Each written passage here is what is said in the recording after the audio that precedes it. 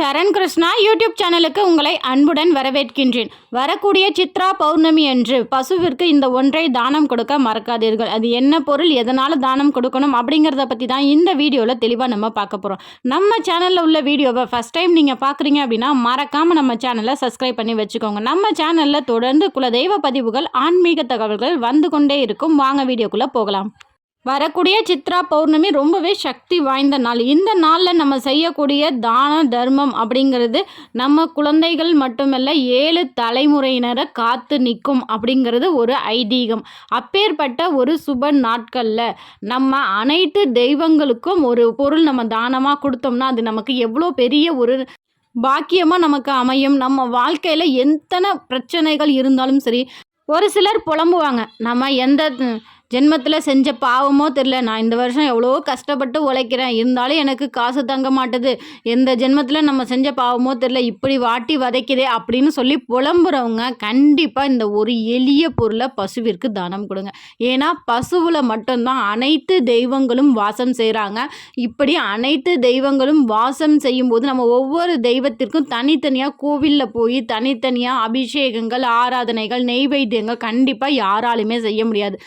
அப்பேற்பட்ட நம்மளால் ஒரு சக்தி வாய்ந்த நாளில் பசுவிற்கு இந்த ஒரு பொருளை தானம் கொடுக்கும்போது அனைத்து தெய்வங்களுக்கும் நம்ம அபிஷேகம், ஆராதனை, நெய்வேத்தியம் செய்த பலன்கள் நமக்கு கிடைக்கும்.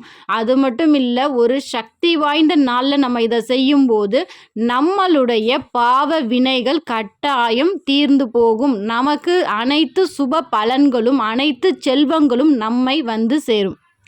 அப்பேற்பட்ட எளிய பொருள், அனைவராலும் வாங்கக்கூடிய பொருள், எல்லா இடத்துலையும் கிடைக்கக்கூடிய பொருள் என்ன பொருள்னு பார்த்திங்கன்னா தர்பூசணி பழம். இந்த வருடம் வரக்கூடிய சித்ரா பௌர்ணமி என்று தர்பூசணி பழம் ஒன்று வாங்கி கொண்டு போய் உங்கள் அருகில் இருக்கிற பசுவிற்கு தானம் கொடுங்க. அது உங்கள் கையாலேயே கொடுங்க. முழு பழம் வாங்க முடியாதவங்க கூட பீஸாக கூட போட்டு விற்பாங்க. அந்த 2-3 பீஸுகள் வாங்கிட்டு போய் உங்கள் கையால் கொடுங்க.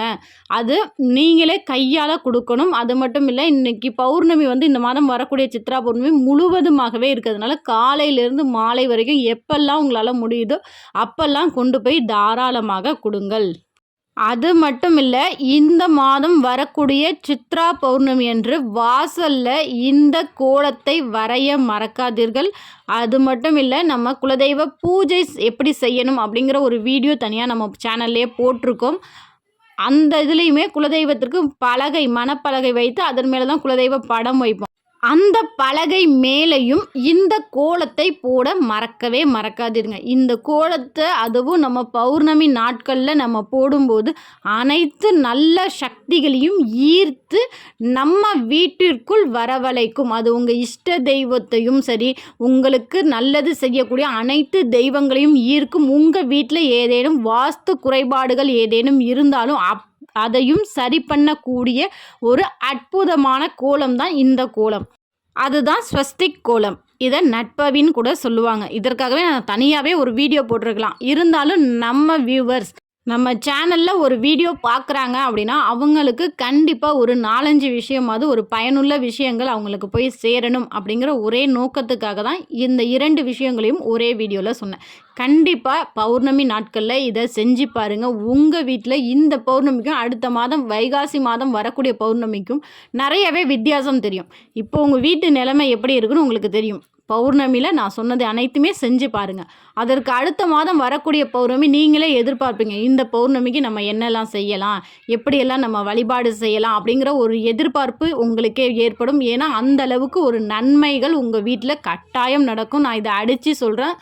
கண்டிப்பாக நீங்கள் செய்து பாருங்கள். நல்லதொரு மாற்றம் உங்கள் வீட்டில் கட்டாயம் நடந்தே தரும். வீட்டில் ஏதோ ஒரு வாஸ்து குறைபாடு இருக்கும்போது இந்த ஸ்வஸ்திக் சிம்பிளில் ஒரு சக்தி வாய்ந்த நாளில் நம்ம வாசலில் பூஜை அறையில் போட்டு வணங்கும் போது அந்த வாஸ்து குறைபாடுகள் நீங்கும். அடுத்தது ஒரு சக்தி வாய்ந்த நாளில் அனைத்து தெய்வங்களுக்கும் ஒரு வயிறார நம்ம உணவு கொடுத்தது தான் இந்த பசுவிற்கு உணவு கொடுத்தது. இந்த 2 விஷயமும் ஒரு சக்தி வாய்ந்த நாளில் நம்ம செய்யும்போது நம்ம வீட்டில் உள்ள எவ்வளோ பெரிய பிரச்சனையாக இருந்தாலும் சரி, அதற்கான தீர்வுகள் இல்லை அதற்கான மார்க்கம் உங்களுக்கு கண்டிப்பாக தெரிஞ்சிருக்கும். இல்லை அதற்கான வழிகள், இந்த பிரச்சனையை எப்படி நம்ம தீர்க்கணும், இல்லை நமக்கு வருமானம் வர்றதுக்கான இன்னொரு வழி அப்படின்னு ஏதோ ஒரு வெளிச்சம் உங்கள் வாழ்க்கையில் கண்டிப்பாக நிகழ்ந்தே ஆகும். அவ்வளவு சக்தி வாய்ந்த நாள் தான் இந்த சித்ரா பௌர்ணமி. யாருமே தவற விடாதீங்க. இந்த வீடியோ உங்களுக்கு பயனுள்ளதாக இருக்கும் என்ற நம்பிக்கையில் மற்றொரு வீடியோவில் சந்திக்கிறேன். இந்த வீடியோ உங்களுக்கு பிடிச்சிருந்தா கண்டிப்பாக ஏதோ ஒரு எனக்கு பிடிச்சிருக்கு, இந்த விஷயம் பயனுள்ளதாக இருக்குது, இல்லை ஒரு ஹார்ட்டின் சிம்பிள் ஏதோ ஒன்று கமெண்ட்ஸில் எங்களுக்கு தெரியப்படுத்துங்க.